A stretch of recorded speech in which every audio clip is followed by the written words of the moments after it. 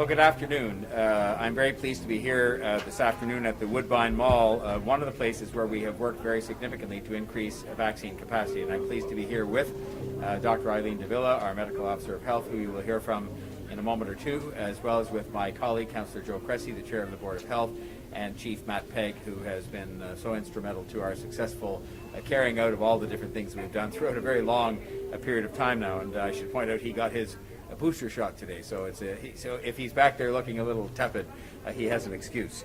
I'm pleased to tell you that this is a really good example.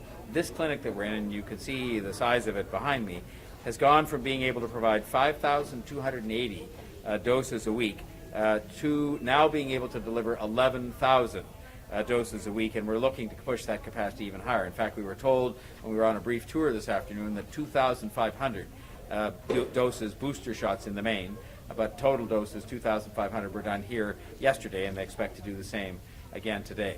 And so we came here today to thank the staff because, you know, in the end, as I said to them, and speaking a moment or two ago, we can have all the meetings downtown of the people who are in positions of leadership to help us get through this pandemic and get people vaccinated, but it's the people on the ground, the Team Toronto, as we call it, of which we have a large number here, who are actually getting this job done. And Team Toronto is continuing to increase our capacity to vaccinate, and in particular with respect to booster shots across the city.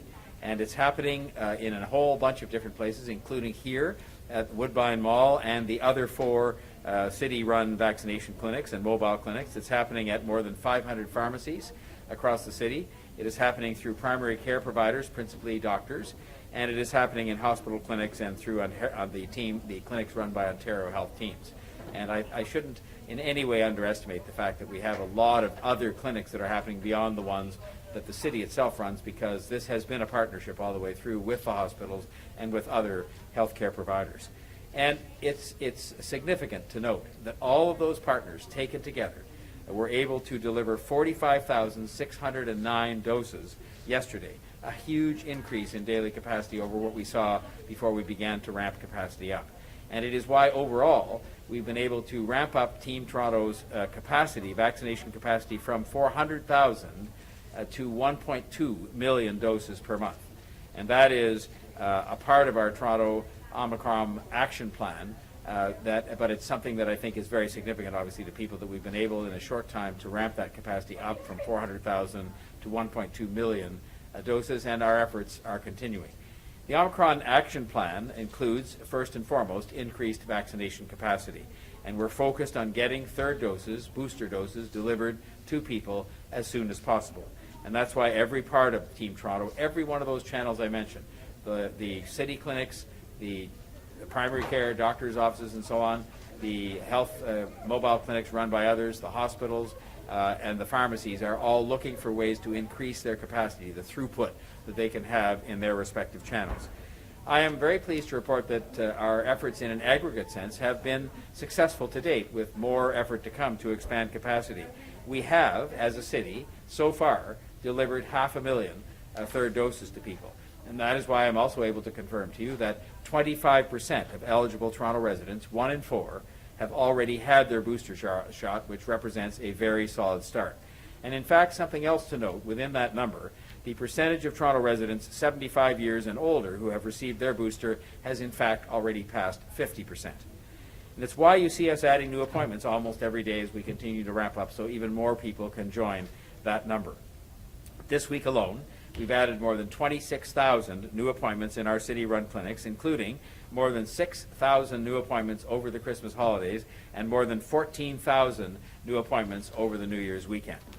COVID-19 won't take the holidays off, doesn't take the holidays off, doesn't even know it's a holiday, and so we're not taking the holiday off either. Our team is going to be working through the holidays to make sure that we can vaccinate people, and that's why we've been able to open up those appointments, because people agreed to work during those particular times.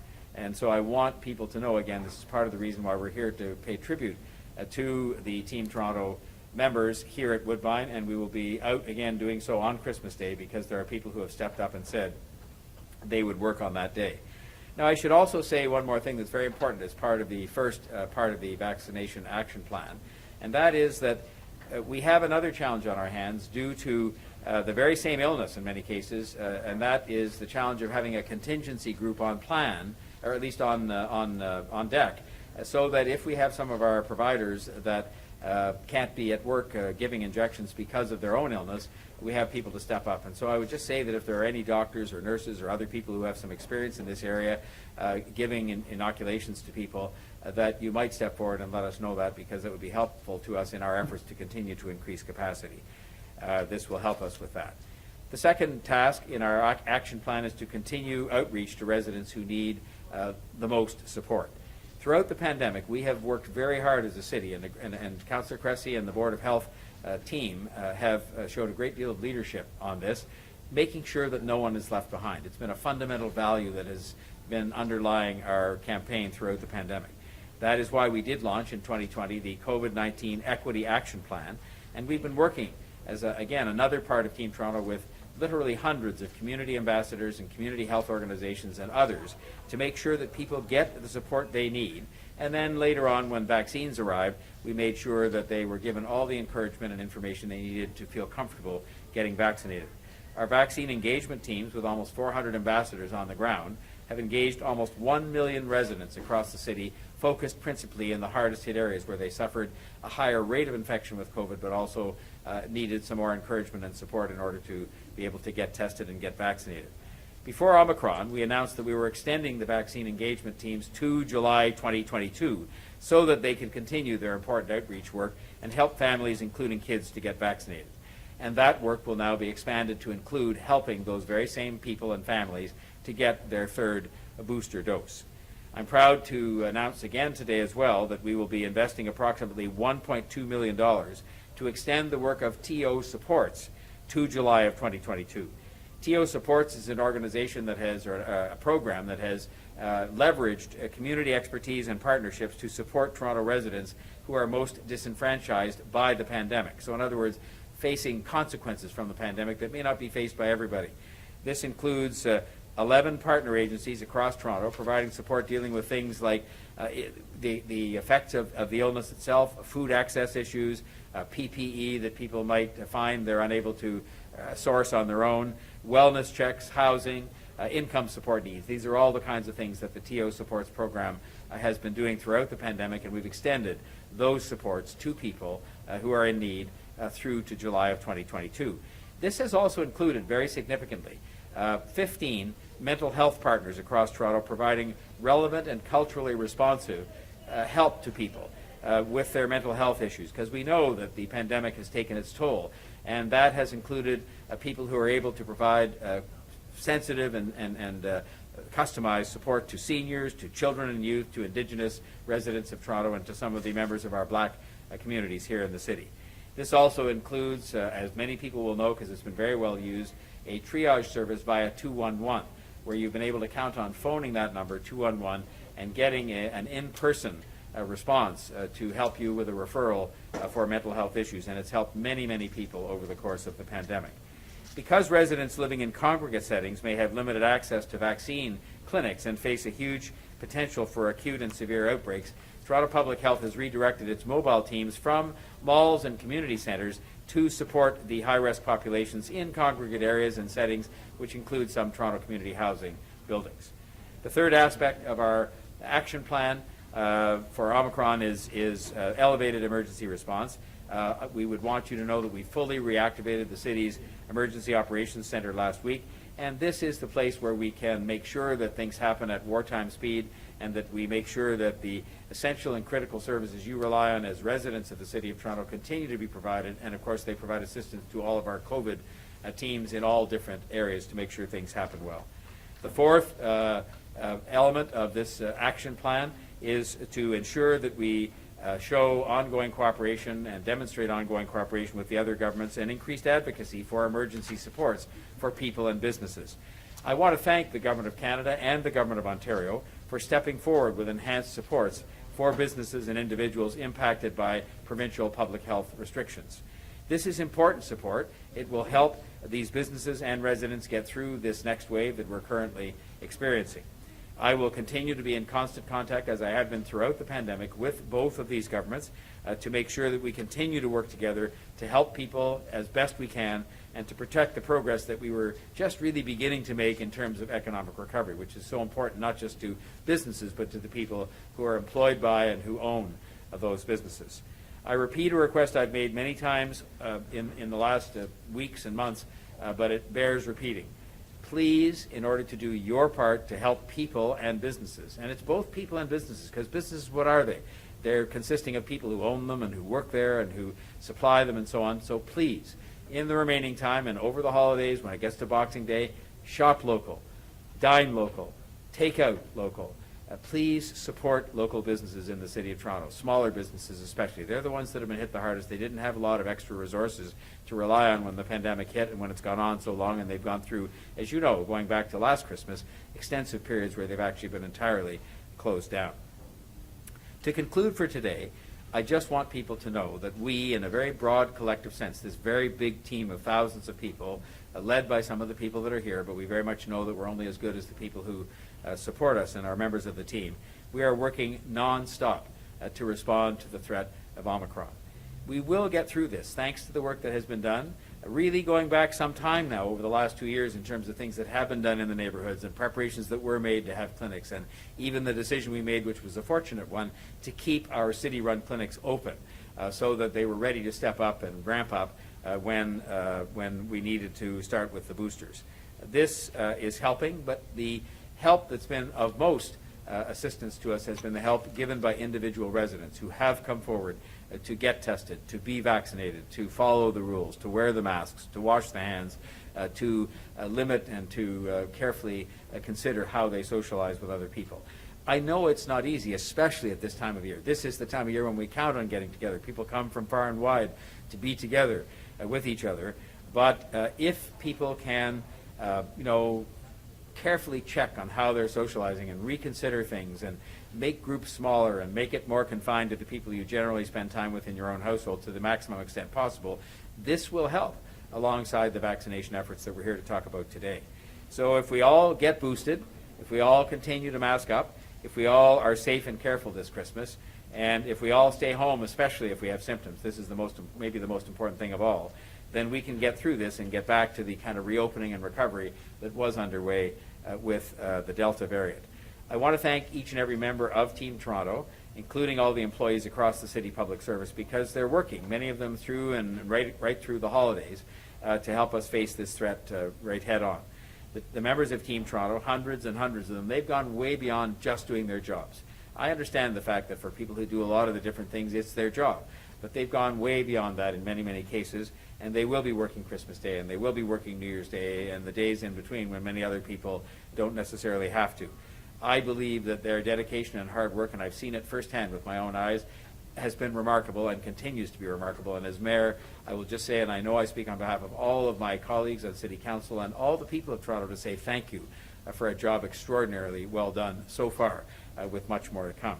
And on that note, I'd like to ask someone else who's done an extraordinary job through this entire pandemic, and that is our Chief Medical Officer of Health, Dr. Davila, to present her remarks for today.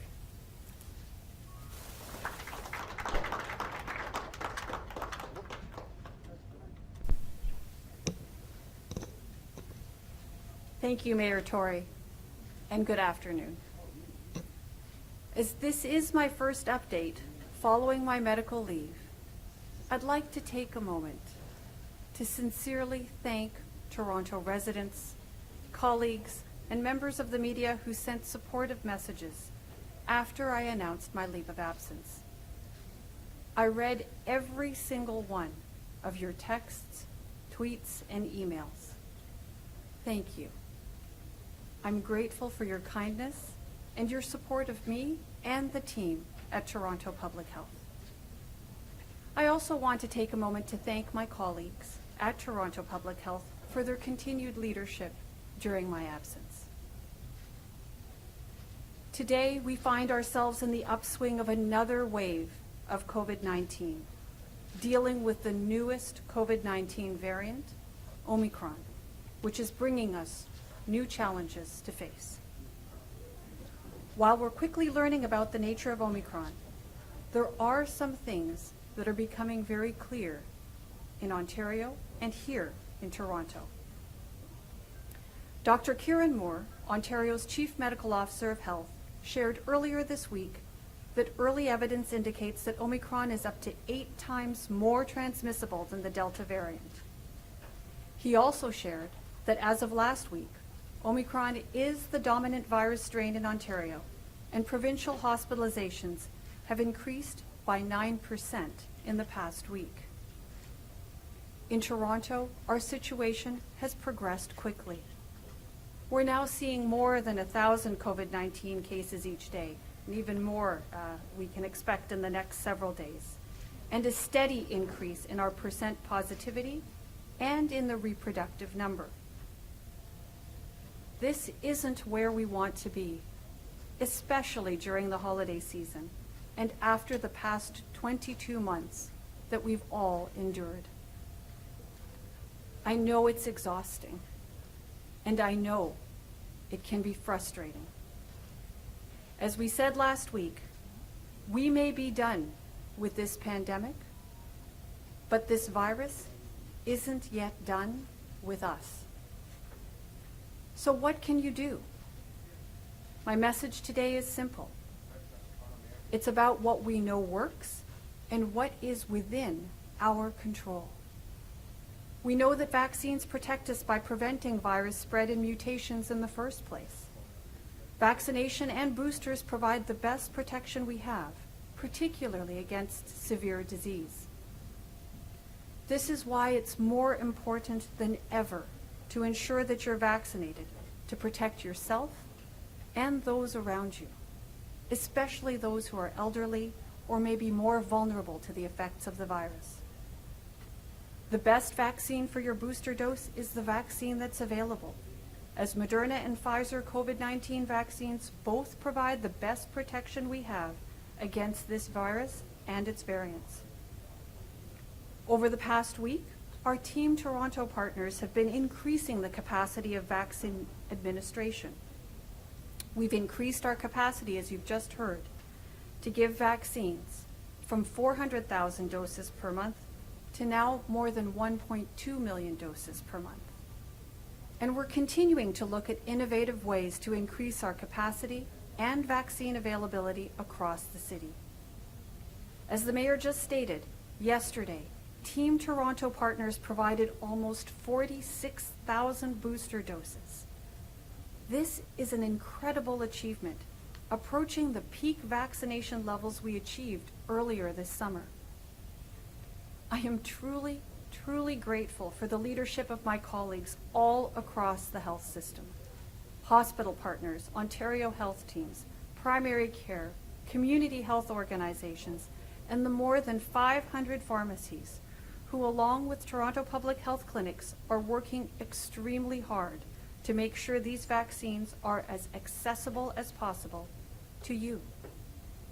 Thanks to the Herculean efforts of all of these partners, we have achieved in mere days vaccination levels that it took weeks to reach in the summer. As challenging as things have been with Omicron, we do have a number of tools to protect ourselves and each other. We know how the virus spreads, and we know that public health measures and measures for self-protection help reduce the spread of COVID-19. After so many months apart, with provincial gathering limits now of 10 people indoors and 25 outdoors, you are being asked to reduce the size of your gatherings over the holidays and to attend fewer gatherings to reduce your contacts. I appreciate that this is not what we would have wished for our holidays, but this is needed to prevent virus spread, to protect our families, our friends, and our communities. This holiday season, I am asking you once again to explore creative ways to connect while remaining safe. Please consider meeting with friends and family outdoors or virtually. If you are meeting indoors in a small group with other vaccinated individuals, consider opening a window to increase ventilation. Please also remember to wear a well-fitting mask, wash your hands, maintain 2 meters physical distance with individuals outside your household, and of course, stay home when you're sick. Finally, I ask that you please take care of yourself. Get outside for fresh air and some exercise as you're able to do so. Our city and our residents are incredibly strong and resilient. Throughout the pandemic, Torontonians have continued to demonstrate their strength and their resilience. And I know we can get through this latest challenge together. Have a safe and happy holiday. Please take good care of yourselves and each other.